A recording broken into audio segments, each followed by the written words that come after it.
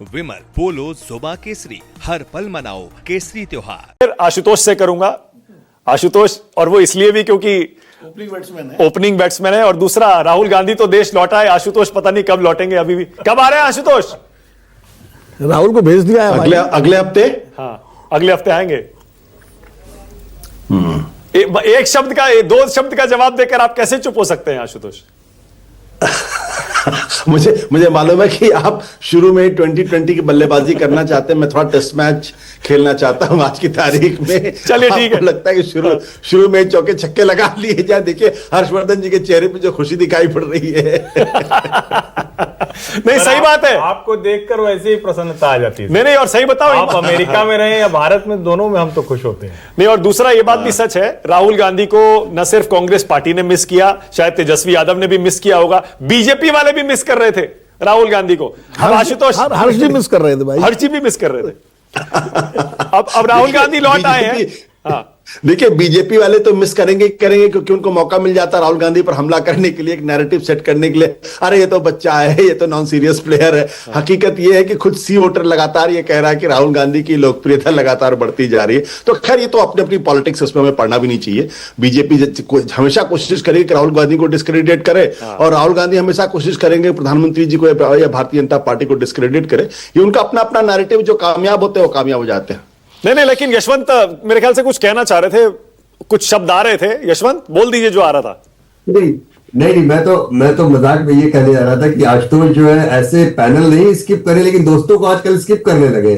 अभी मैं परसों ही लौटा हूं 3 दिन पहले, और मैं इनसे ये पूछ रहा था यूएस में कि यूएस आए हैं, और ये बिना बताए जिन जिन शहरों से मैं निकलता जा रहा था उन शहरों पे ये पहुंच रहे थे, इंतजार करके कि मैं पहले उन शहरों से निकल जाऊं तब ये आए। तो इसलिए कम से कम शुक्रिया आपका मानक कि कम से कम पैनल पे पकड़ में तो आ नहीं तो आजकल पकड़ में नहीं आते।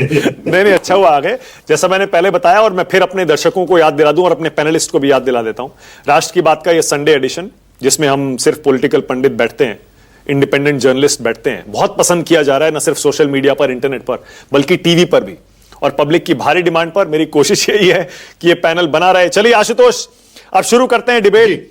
अब मुझे ये बताइए आशुतोष, मैंने ये जो सर्वे के अभी आंकड़े बताए, यशवंत या खुद यहां बैठे हैं, आपको इन आंकड़ों पर यकीन हो रहा है कि प्रशांत किशोर अब तेजस्वी यादव को टक्कर दे रहे हैं, नीतीश को पीछे छोड़ चुके हैं?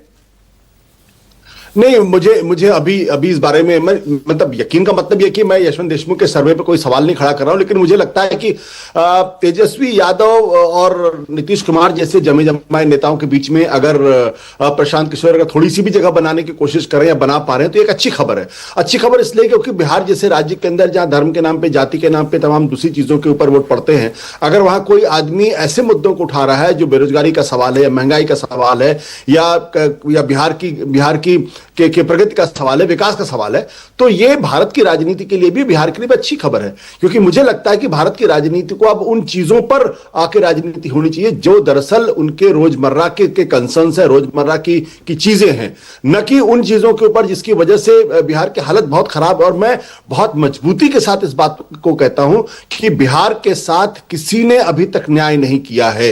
अगर बिहार के अंदर 4% लोग हैं सिर्फ जो 50,000 प्रतिमाह की आय जिनकी है, तो यह बिहार के ऊपर सबसे बड़ी टिप्पणी है। अगर सिर्फ 96% ऐसे लोग हैं जिनके पास व्हीकल नहीं है बिहार के अंदर, तो यह किसकी जिम्मेदारी है? क्या लालू प्रसाद यादव की जिम्मेदारी, क्या नीतीश कुमार की जिम्मेदारी है, क्या बीजेपी की जिम्मेदारी है, क्या कांग्रेस की जिम्मेदारी है?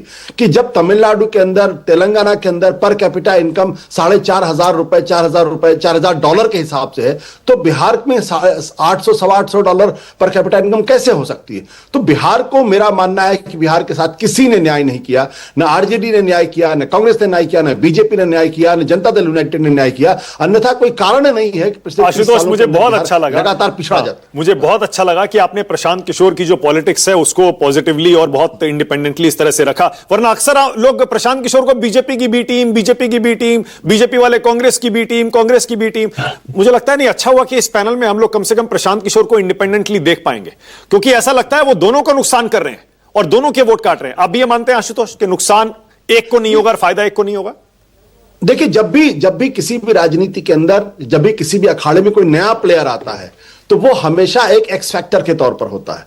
वो किसका नुकसान करेगा, किसका नुकसान नहीं करेगा, इस पर सिर्फ अटकलें ही लगाई जा सकती हैं। अब कुछ लोग इस बारे में अटकल लगा रहे हैं, प्रशांत किशोर चूंकि अपर कास्ट के हैं तो इसलिए बीजेपी का नुकसान करेंगे। कुछ लोग कह रहे हैं कि चूंकि प्रशांत किशोर वो हैं जो लोगों का गुस्सा जनता दल यूनाइटेड और बीजेपी की 20 साल की सरकार से है, तो एंटी इनकम्बेंसी को जो है वो जो एंटी सरकार वोट है उसको काटने की कोशिश करेंगे। तो ये सिर्फ अटकलबाजियां हैं। हकीकत यह है कि कोई भी इसको इस तरीके से मजबूती के साथ नहीं कह सकता कि वो एनडीए का नुकसान करेंगे या इंडिया गठबंधन का या महागठबंधन का। मेरा मानना है कि दोनों को डैमेज करेंगे। अब कितना वो एनडीए को डैमेज करते हैं, कितना महागठबंधन को डैमेज करेंगे, ये आने वाले ये पता करना थोड़ा सा मुश्किल काम है।